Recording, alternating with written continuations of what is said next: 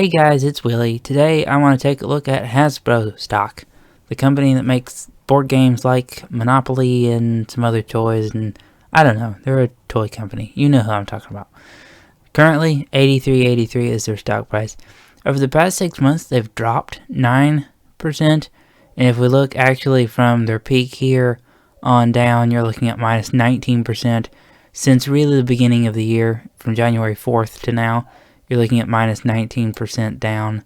And if we look at the yearly chart, you can see there's considerable volatility in there, kind of bouncing around.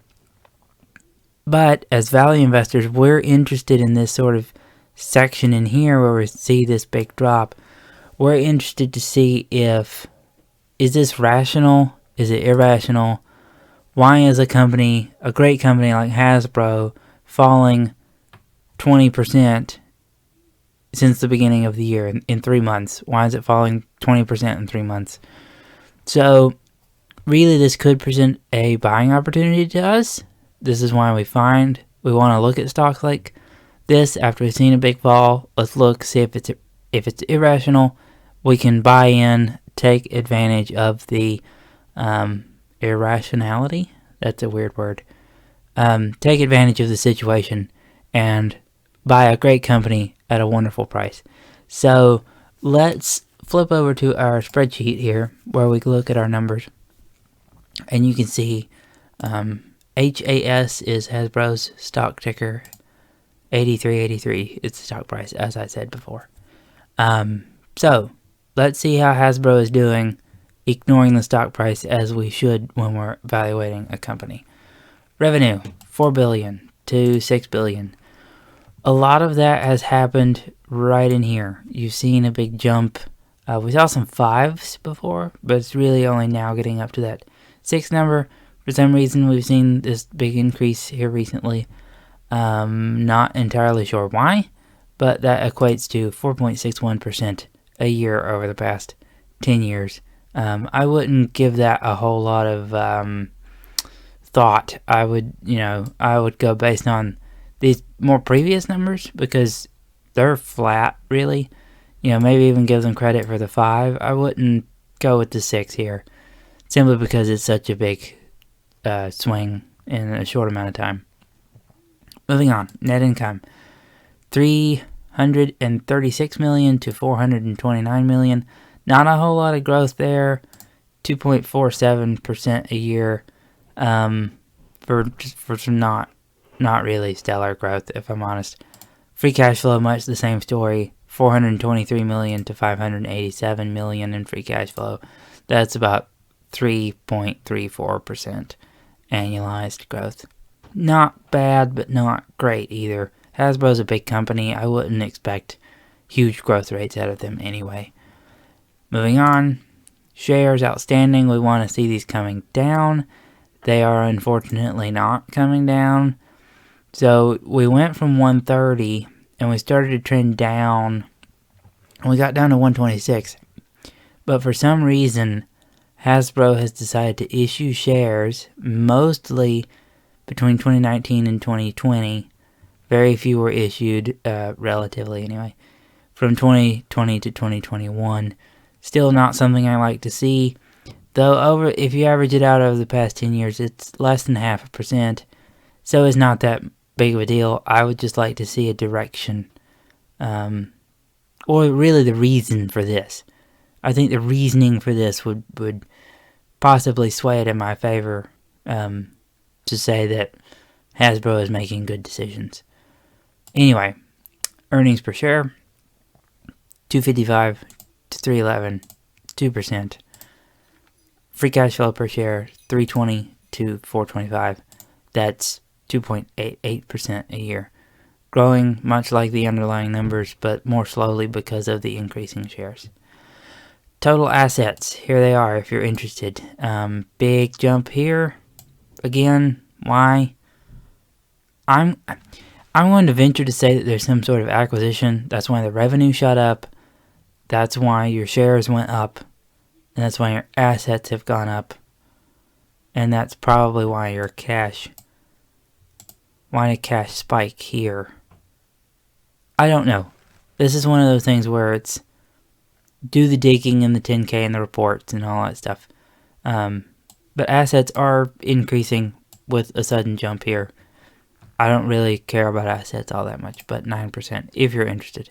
For the dividend investors out there, for really all of us, because we all love dividends, right in here, I will preface this by saying 2012 they paid 5 dividends, 2013 they paid 3 dividends. Why exactly they did that, I don't know. Here they resumed their quarterly 4 times a year dividend, and it has been growing since. Hasbro is steadily growing the dividend. Good job, Hasbro. I like to see that. Gives you a real good direction for the way the company's going. Unless the dividend has become too high, a company like, say, AT&T, where they kept growing their dividend and kept growing their dividend and kept growing it, and it got out of hand, and now they're having to cut it back with the split and everything else. But good to see growth of the dividend. And here, it's flatlined, so I don't know. I don't know. I don't know why. I don't know if the raises are going to continue. I don't know what Hasbro is looking at right now. This is just me glancing at the financials. But there you go. Total debt, $2.8 billion to $7 billion in debt. My lord. Guys, calm down with the debt. You got to quit growing it so fast. And really that's happened since 2018. 2019 the debt started going up. You borrowed basically $6 billion. No, I'm sorry. Math is hard. $4 billion in 4 years. Guys, calm down with the debt, please. Something to think about. Cash going up, which is good. Why did it spike right here? I don't know. But good to see cash going up. Net debt, about $2 billion to $6 billion. Concerning. Rather concerning. You're seeing debt going up so quickly in such a short amount of time, and yet free cash flow is going nowhere. Comparing $6 billion to $500 million in free cash flow, guys, that's high. Gotta wrestle with that. ROIC, it's okay. ROC is okay. Average of 10%, 10.87% over the past 10 years. Not bad. This is a little bit lower than I'd like to see. Back here, it was good. I like this. I don't really like this. Here are our metrics that we look at. The PEs are telling us it's expensive, but based on free cash flow, it looks like it might be reasonable. Net debt to free cash flow, really high, about 10 times. Debt's a big issue with this company. Make sure you can stomach that. 5-year revenue growth, good. Earnings growth, good. Free cash flow growth, flat over the past 5 years. Shares outstanding going up, not something I like. ROIC above 9% over the past 5 years. No, it has not.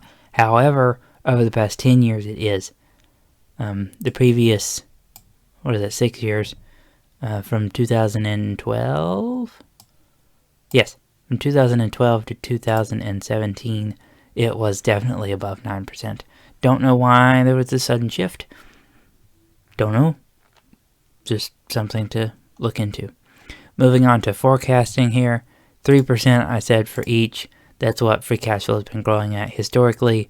Net income, I'm bumping it up a little bit from 2.5% to 3% a year. It should grow in line with free cash flow over long periods of time. So then I assign a 15 multiple. It's a good, solid company. They've got a brand. They've got a good brand. I'll put it that way. They've got a good brand. I think they should get the 15 multiple. Based on free cash flow, that gives us 85.75 in 10 years. Net income only gives us 62.67 in 10 years. Over here, you've got 83.83 is your current stock price. You average our two price targets, and you get 74.21. A problem that we've been running into in the past couple videos, you're buying a stock for more than you're selling it for. Not something we'd like to see. But if you go to IRR, 83.83, your cash flows, 74.21, you're out. You get a 6% annualized rate of return on an IRR basis. Not great. But I think Hasbro's got some issues. I'm actually surprised to see Hasbro having so many issues like the debt. Net income growth, free cash flow growth, I would like for that to be higher. I'd like for every company to be higher. But I think it wouldn't be I feel like it wouldn't be unreasonable to ask for it to be slightly above inflation. I mean, 3%, it's not that great. That's keeping up with inflation. So you're not seeing any organic growth at all. Yeah, I feel like there needs to be some growth. There needs to be the debt. The debt's got to be taken care of. They've got to stop issuing shares. They've got to get their finances under control. I don't really like the finances of the company.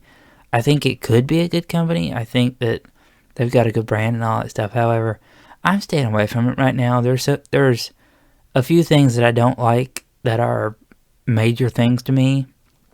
So, this is one that I would avoid for now until the financials start to tell a different story and the IRR was better. But beyond that, guys, there's not much else I can say about Hasbro other than that I'm disappointed. Thank you guys for watching. Like, comment, subscribe, all that stuff that I have to say. Comment below what stocks you want to see. Any feedback on the video would be appreciated. Yeah, that's all. I will catch you guys in the next one.